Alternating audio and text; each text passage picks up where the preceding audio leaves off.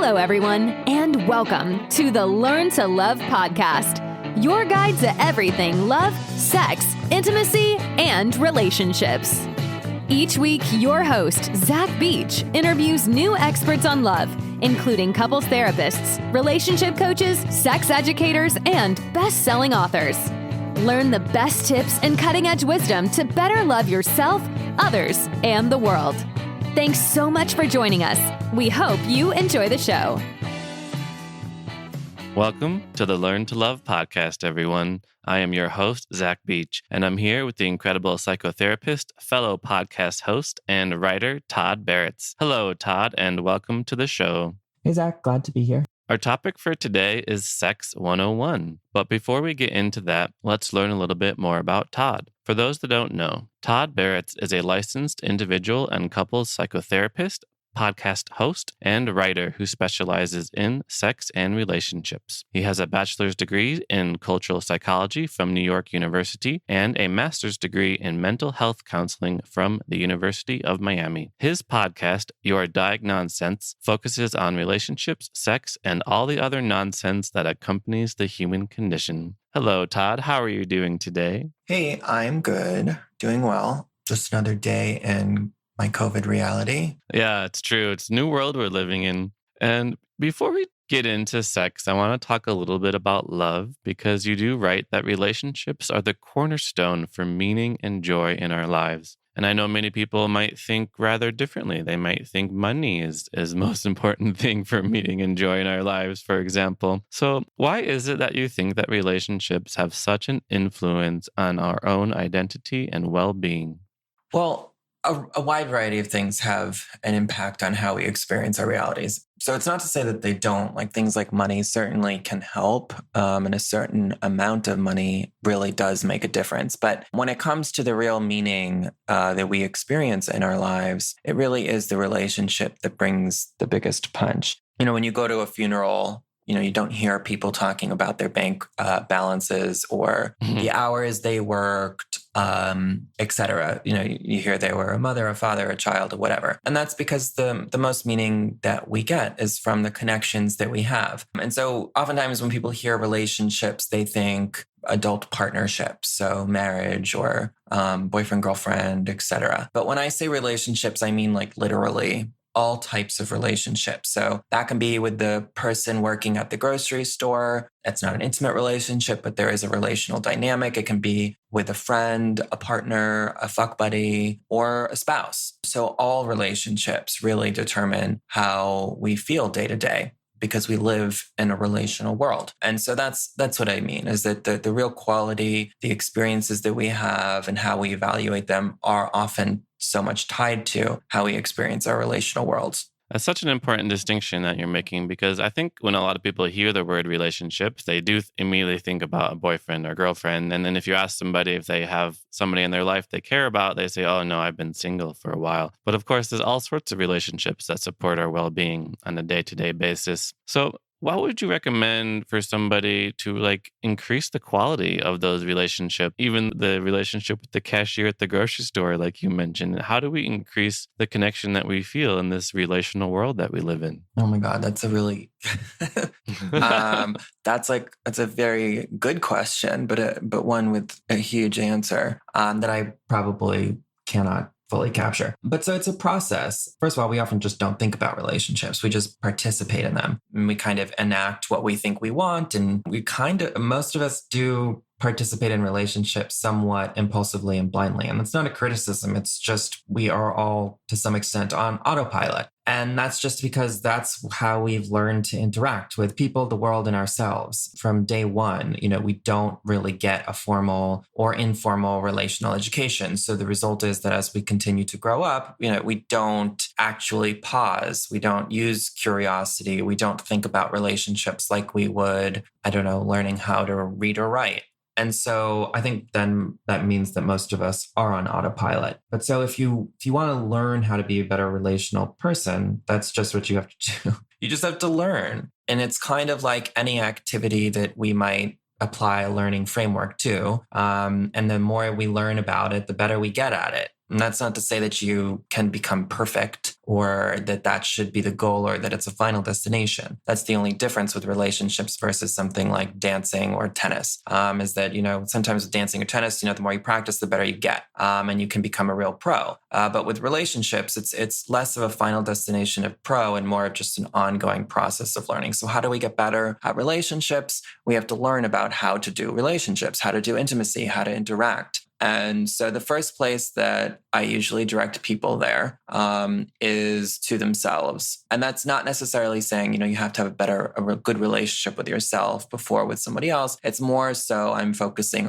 on a mindful self-awareness of who we are, of what we like, what we don't like, what makes us upset, what doesn't, what makes us happy, what turns us on, blah, blah, blah. So self-awareness is, I think, a really huge starting place. So you're saying most people sort of enter into the relationships rather unconsciously, rather on autopilot, and we have to bring mindful self-awareness and also just an intention to increase the quality of those relationships for the relationships to get better. And you just lamented the kind of lack of formal education that we get around relationships. And before we get into Sex 101, let's talk about Love 101. So if there was a love school or if there was a love course or relationship course that someone could take in high school perhaps or university, what are some things you think might be taught in that course? I do think that a relational curriculum would be great to have in schools. First, acknowledging that to some extent we've all and the same thing kind of goes with sex too, that we'll talk about, is that to some extent we've all been repressed relationally and sexually, that there's been some way where we learned that something about relationships or sex is wrong. And so with the relational component, that being, actively talking about the relationship that you're in, communicating, and the other variety of things that can improve relationships, like developing a sense of self-awareness. So first thing we have to do is recognize that we've been kind of sold a false bill of goods. So we need to kind of pause. And that would really be the first place, is really recognizing that there's something to learn. I'm sure that I've interacted with many people who, think that that they can do no harm. They're doing what they should be doing relationally. But anyway, so getting to a point where you can develop a sense of self-awareness around who you want to be relationally. And that again would be the place that I would start. So we're gaining a sort of self-awareness, and I'm sure this really applies to people's sex lives too, is many people, feel a sense of dissatisfaction in their sex lives, but they don't fundamentally know what it is that they want and what it is that they are trying to achieve. And before we talk about what are some steps we might want to practice in our sex lives, I want to talk about just this idea of Sex 101, because I think it's fascinating that you have this online course on your website called Sex 101. And my question is why would someone need to take a course on sex? Isn't it all pretty self-explanatory? Isn't it just rooted in our evolutionary nature to have sex with one another? I haven't encountered somebody that doesn't need some kind of sexual awakening. I don't even like that word. Liberation. I don't know. You can pick the word. But I think to some extent, just like with relationships or with any kind of human experience, we're going to experience challenges. And so we have to learn how to work through them, learn how to be kind to ourselves when we face them, and also learn how to change. And so sex is no different. But I think oftentimes people do think about sex as just this given, this organic thing that just happens. Sure, it takes place in our bodies. It's a physiological experience, but it's mediated, influenced heavily by culture, our emotions, our relationships, the COVID, everything. So sex is, if anything, more cultural, more emotional than it is biological, natural, or something based on about evolution. So you just mentioned that in our sex lives, we will experience challenges. And as a sex therapist, I'm sure you have many people walk into your office and you help them with their challenges in their sex lives. So what are some of the most common issues that people do step into your office with? There are so many. I think the first one, let's say with couples, the most common is no desire. So there's one partner that has high desire, one partner with low desire. And for some couples, this has gone on for years, to the extent where they might not even had sex for years, any kind of touch. or they do and it's not enough for the other partner and they feel undesirable because of it.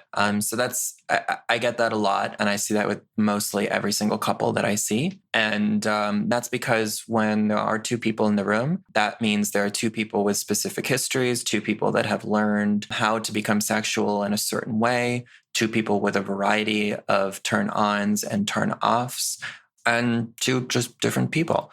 And so there's some kind of thing out there, that myth that people believe that they should be exactly the same as their partner sexually. And if they're not, that something is wrong. And it's very rare that I see couples that are 100% matched sexually in their desires. So that's the most common thing that I see. I see it often. I hear it often in my practice, online, always. Let's tackle that real quick. So there's kind of two different issues you're talking about here. One is that both couples have no desire for sex, and another is that one just wants a lot more sex than the other one. So let's talk about the former, because I think many relationships do experience a bit of a decrease in sexual desire and passion as the relationship goes on. So indeed, for a couple who haven't been intimate with each other for quite some time, what do you do to begin to reignite that spark between the two of them? So it's a process. I guess that what I'll do is I'll just walk you through what I do in session. So basically what I want to know, if I see a couple, I recently saw a couple, they came in, they haven't had sex in a couple of years, but they've been together for a while. And so the things that I want to know before doing anything is, what was the sex like, desire like, attraction like at the beginning of the relationship? Because oftentimes, as you were just describing, it's very common, if not should be expected, that desire will decline in a long-term relationship. So like after a couple of years, oftentimes desire just kind of falls off. Sometimes it's earlier, sometimes it's after 6 months. Other times it's after a transition in a relationship. Like I see many couples who start off long distance and then transition to, I never know what the opposite of long distance, close distance, cohabitation, whatever. And at that transition, the sex dies off. And when these transitions happens, I like to say that it's a new relationship. So you can have multiple relationships with the same person and it doesn't have to mean an end. It's just a transition to a different style or structure. So that's when couples are going from open to closed to open relationships, so monogamous to non-monogamous, etc. So there's a variety of different things that contribute to a decline in desire. So I want to know, was it there at the beginning? Because oftentimes, and I'm always hesitant to say this, but if it wasn't there in the beginning, it's going to be really difficult to get it after a couple of years or 5 years or 10 years or 20 years. Because it's at the beginning where desire is usually the highest. And that's where people build some kind of sexual connection. But if there isn't any sexual chemistry, then usually it's not there at the beginning because there's no sexual chemistry. So I want to know, was it there in the beginning? And most of the time, couples will say, yes, it is. It was. And so from there, I want to assess, what was the sex like at the beginning? What was exciting about it? What was fun about it? What were you drawn to in the other person, sexually and non-sexually? So there's a variety of information that I want to get. And so oftentimes what I'll find out is the sex was good at the beginning, they enjoyed it, etc., but it was confined to a specific routine. It didn't include the specific erotic aspects of sex that one, the other, or both like. So it wasn't necessarily the type of sex they wanted to be having, or the routine involved just penetrative sex and then it got boring after a while, et cetera, et cetera, et cetera. One of the most common things that I'll hear from these stories is they don't talk about it. So it's rare that I hear that couples are having conversations about the sex that they're having or not having. So once I get all that information, which there's obviously more, but those are the highlights, I start talking to each partner about what they want. And this is when the relearning kind of has to start, because oftentimes one or both partners have some kind of shame or anxiety that prevents them from pursuing what it is that they desire. So shame pursuing communication about sex, saying, I want this, I want you to tie me up. It's boring when I'm on my back. I don't like it when you touch me here, et cetera, et cetera, et cetera. So the first thing I really like to do is to get both partners speaking, communicating, saying words, using the language that they feel most comfortable with in terms of their sexual expression. So it begins with self-awareness, and then it ties directly into figuring out your answer. tying into your desires. And I'm wondering if this ties into your idea of developing an erotic identity. Because you're right that developing an erotic identity is the ultimate act of self-care. So before we get into why developing this erotic identity is an act of self-care, what is a person's erotic identity? I think erotic identity is this kind of catchphrase. I'm not sure if people actually have an identity. My identity as a gay man, it's likely not going to change. When I say erotic identity, I just mean kind of, let's say, erotic personality. And so that's something that isn't fixed. That's something that can change, especially over the course of our lives during certain developmental changes, ages, etc. And so instead, I think we could probably, let's just say eroticism.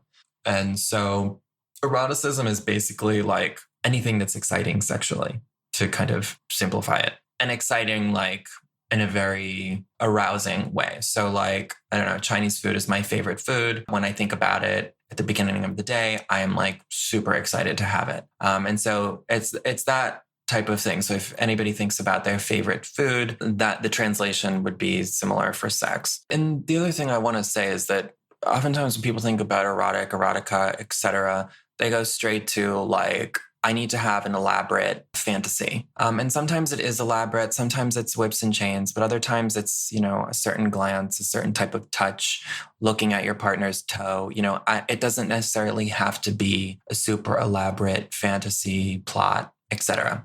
It can be super simplistic. It can be extremely complex. So it can really be anything you want. It's just basically something that your body really responds to in your mind that's really, really exciting. I mean, what I'm hearing from you is that just anything that brings an upwelling of sexual energy, within us, is that what we consider erotic is relatively exciting to us. And developing the erotic identity is, of course, discovering those things that do bring up that energy with us. And that can also help, bring passion back into the relationship. So why is developing this erotic identity the ultimate act of self-care?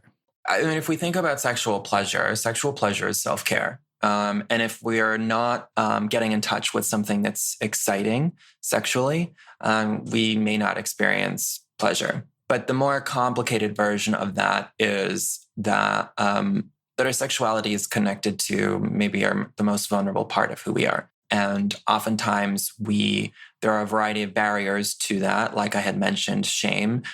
Shame is probably the most common thing people experience sexually. And then I know that there are plenty of people, I don't feel shame, blah, blah, blah. And it doesn't necessarily have to be a conscious experience of, I feel so ashamed for ... Oftentimes shame is extremely unconscious and comes and is expressed through either avoidance or we don't talk about it, et cetera, et cetera, et cetera. So that's still shame. If you're not talking about the things that you want, there's something blocking you, which is likely shame, anxiety, whatever. So self-care in terms of dealing with some of these that is self-care, dealing with these emotional experiences. So unpacking what that shame is, unlearning the things that you learned that were sexually repressive, getting better connected to an empowered sense of self, an experience of positive embodiment, a connectedness to your erotic self. So what it is that turns you on, all of that results in this kind of positive sense of being. And so then therefore all of that is self-care. I love that. Sexual pleasure is self-care, and sexuality is connected to the most vulnerable part of who we are. And when coming up with our erotic identity, we have to grow and go beyond our shame. So you just said how shame comes into almost everyone's sexual lives in some way, and this feeling that something about what they want and what they desire is wrong. And you write that normal, or like trying to achieve some semblance of normal, is not the goal. And a lot of people get caught up in what they think is normal and that the desires they have seem abnormal. So you mentioned some like goals we're looking for in developing our sexual lives, including an empowered sense of self and knowing what turns you on. But if normal is not the goal, then what is the goal? Well, the goal is whatever you want it to be. When I say normal is not the goal, people come in with a lot of expectations about how their bodies should be acting sexually. So should be wet, should be hard, should be, because that's what people learn is normal. It's normal. I see something that intellectually I know is arousing and therefore I should get aroused. And that's not really how it works, nor is our erotic lives, nor is our sexuality. So sometimes first we have to think about what is normative. And that's precisely what creates shame, is the belief that there is some kind of normal sexuality. So when I say normal is not the goal, that's what I mean. In terms of the expectations that we think we need to fulfill, that's not what we're after. The goal of sex is to have fun, to experience pleasure, to occupy our body in a way that feels empowering, to play with ourselves, to play with our partners. That's the goal I would encourage. But by all means, I would encourage people to have their own goals, to really allow and expand for the definition of that to be expansive. So not to be like to have an orgasm or to make my partner turned on, et cetera, et cetera, et cetera. To really develop something that's expansive, broad, and robust, like just pleasure, fun, et cetera. Because once you start putting parameters around your sexuality, that's when shame starts coming up, because rarely is our sexuality something that's predictable in that sense where, we'll always be able to do one thing or another. So I like what you just said, first of all, around dropping the should, saying our sex life should be this and should be this. And also almost dropping out of the specific, right? Like the specific mechanics about how the genitals are supposed to be working, and just dropping into setting the intention for pleasure and fun and playfulness and just connection, if that's what you're looking for with your partner, and bringing all these positive qualities into it. So if we're not focusing necessarily on the specifics mechanics of sex, what are some things that we should be focusing on that we would learn in a Sex 101 class? Okay, well, in my course, it's informational, instructional, and experiential. So the first major part is a questionnaire. So it's basically geared to help people develop a level of awareness about who they are and why they are and where it comes from sexually. So where they first learned about sex, where they first learned about their body, how they first saw their body, or the lack of all of that. So it begins with self-awareness, and then information to help set more realistic expectations or ideas about what sex is or is not. And then some of the mechanics of sex, because sometimes our bodies work in one way and not another way. And so we are going to want to work with our bodies instead of forcing our bodies in hopes that we can change them, which is something I see so often, is that people are turned off or not easily turned on by something, and they think they're broken and they think that they should be, as opposed to working with what turns them on or turns them off, and increasing and decreasing them as needed in order to get to the place of pleasure, arousal, and fun. So it starts from building self-awareness and getting some information, and then practicing. So practicing masturbating, bringing mindfulness into the experience of masturbation, focusing on pleasure. I mean, there's a ton of stuff. Does that? Yeah, wonderful. I wanted to ask you about that realistic expectations that you just mentioned. Some of us might know the equation that when our expectations meet reality, it equals suffering. And I'm wondering, what expectations do people have about sex that's not quite serving them? And what are more realistic expectations that we should have going into connecting with other people? Well, I mean, don't have any expectations. None. Just don't have any, other than like to feel safe and consent and all of that stuff. Expectations are kind of the source of all performance anxiety or lack of pleasure and even pain during sex. So a common one that I see with cis men is that I should be hard, or I should get off in a certain amount of time, or I shouldn't come too soon, or blah, blah, blah. And it's the existence of those expectations that actually creates the performance anxiety. So if, as this guy is not getting hard right away, and has the expectation that they should, they're going to feel anxious in response to the lack of arousal, and the anxiety is going to decrease their arousal even more, and they're not going to be able to get aroused, and they're going to land in a spiral of performance anxiety. A lot of cis women that I see have the expectation that they should just be able to enjoy penetration regardless of any other factor or variable. And oftentimes that's just not the case. And then the expectation that that should happen shapes the actual experience of penetration in terms of being more tense, more anxious, and then often we'll experience more pain because they're anxious and tense. So the expectations that we have about the way our bodies act, and also the way in which we expect our partner's bodies to act, directly shape the physiological, our body experience of sex directly. So that's why I say, just get rid of all your expectations. And obviously I don't mean that to a cartoonish level, but for the most part, I think people can use some common sense in terms of identifying, the expectations that really do not serve any sort of pleasurable or fun purpose. And that's the kind of arousal, the myths about arousal, expectations about orgasm, stuff like that. Those expectations are really going to have a direct impact on how we experience pleasure during sex. So no expectations, Not just being really. open and curious Yeah. and connecting with one another. So I know in your course you have a ton of material. You said earlier that it's informational, instructional, experiential, many things geared to help people gain level of awareness that's so important in their sexual lives. And I'm just wondering, out of all the exercises that you have in this course, what are some that you find yourself returning to most often? Or when you're working with your clients, what are some exercises you find yourself coming back to and bringing into people's lives? Well, so one of the most important things, mindfulness is such a buzzword. And I don't know if anybody follows me on Instagram. I don't like buzzwords. But when it comes to sex, mindfulness is really important. And if you want to just switch it out, if you don't like the word, just say focus. Because I'm sure everybody's had the experience where they're having sex or they're masturbating and their mind for a split second goes to, what's for dinner or, shit, I have to do that thing for work or whatever. And even in just that 1 millisecond, it's going to decrease your arousal, which is fine.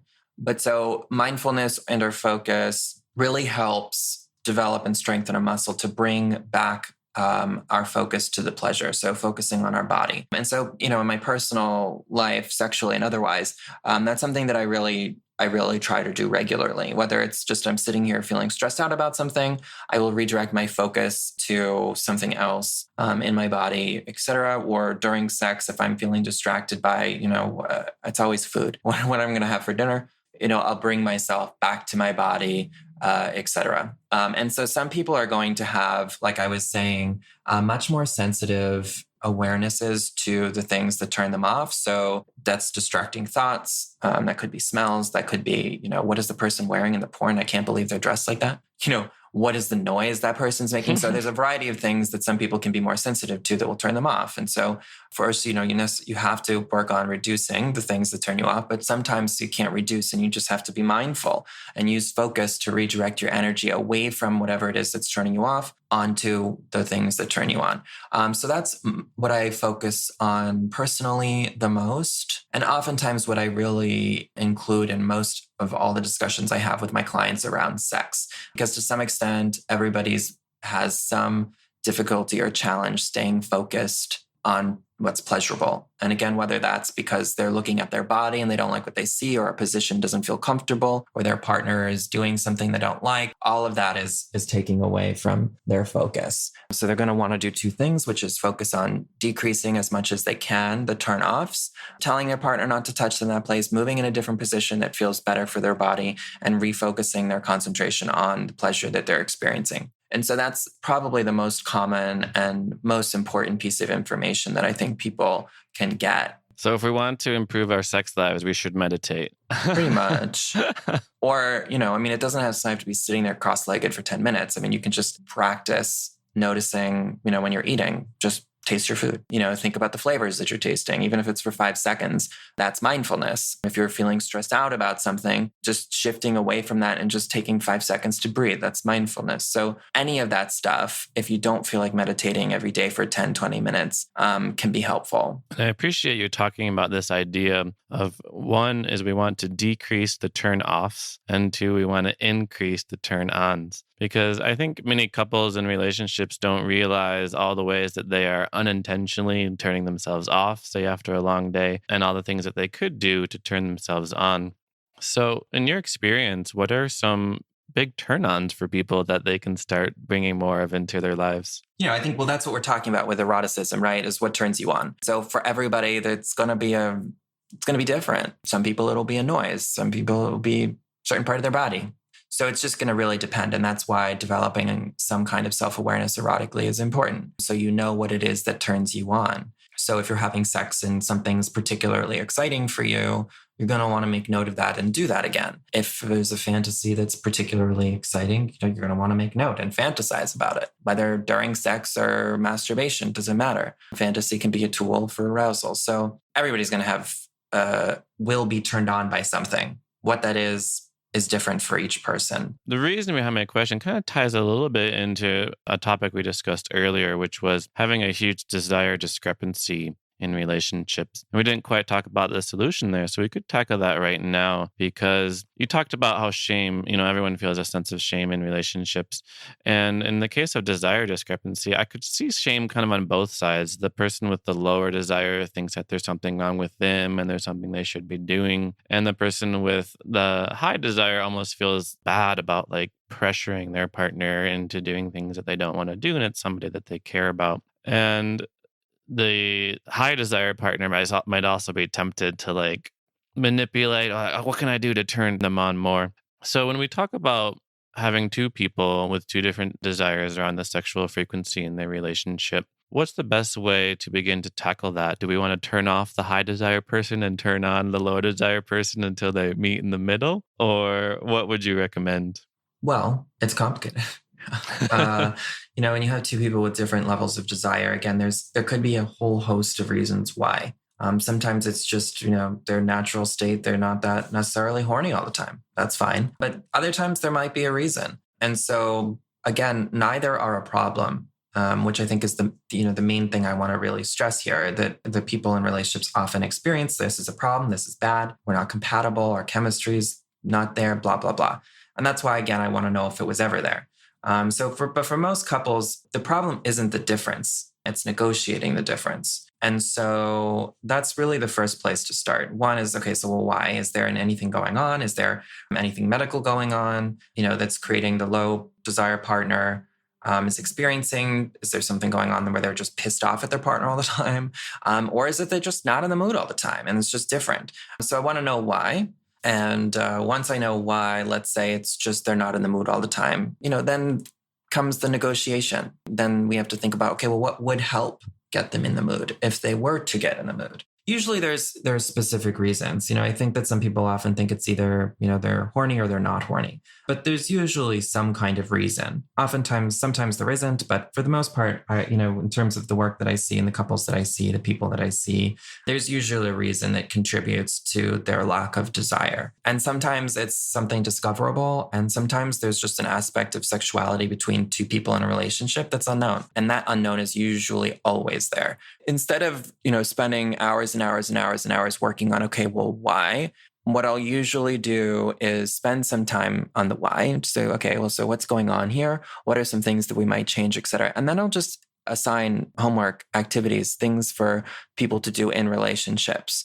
So one really common exercise is a touching exercise. And it's not sex. It's just touching each other, practice giving touch, practice receiving touch, practice taking touch from their partner. So I really try to start from the ground up and help couples rebuild their sexual connection and start having more sexual communication, more knowledge about what turns them and their partners on and off. So really developing an entire map of their own and their partner's sexuality. And then from there, it's a bit more of just actually doing stuff. And that's why I like sex therapy is that, oftentimes in individual therapy, it's easy to kind of get lost in the metacognitive, philosophical, intellectualizing space of our minds. Whereas sex therapy is more directive and experiential. So I'll assign, again, specific things. Sometimes that is sex or mutual masturbation or touching exercises on a phone app. So in the calendar, it's a slow process of reconnecting with each other. I love what you just said, that the problem isn't the difference, it's negotiating the difference. And I think can be quite hopeful for a lot of people in relationships. They feel like, we want different things. So, that clearly we're not compatible. Well, we're all different human beings and we meet in relationship and it's beautiful. And as we uncover the differences, it's how we navigate them that makes the biggest difference. So thanks so much, Todd. I love hearing what goes on in your office and hearing your perspectives on all things love and sex. And I want to finish by asking you a question I love to ask all of my guests, which is quite simply, what do you wish everyone knew about love? Oh, God. This is a big one.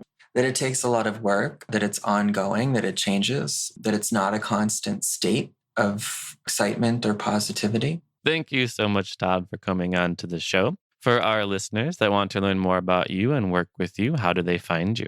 You can find me on my website, so toddsbaratz.com, or on Instagram at Your Diag Nonsense. So it's Your Diag Nonsense. Wonderful. Thanks again, Todd, for coming on to the show, for sharing your insight and wisdom and your experience in sex therapy. And thank you, listeners, for listening to the show. We hope you learned a lot. We hope you learned a lot about Love 101 and Sex 101. We hope you remember that sexual pleasure is self-care and part of your self-love practice. And it's normal to feel some level of shame in your sexual life because sexuality is connected to the most vulnerable part of who we are. And if you do have any sort of difference in your relationship, remember the problem isn't the difference. It's just a matter of negotiating the difference. And love is beautiful and incredible and amazing, but indeed it does take a lot of work.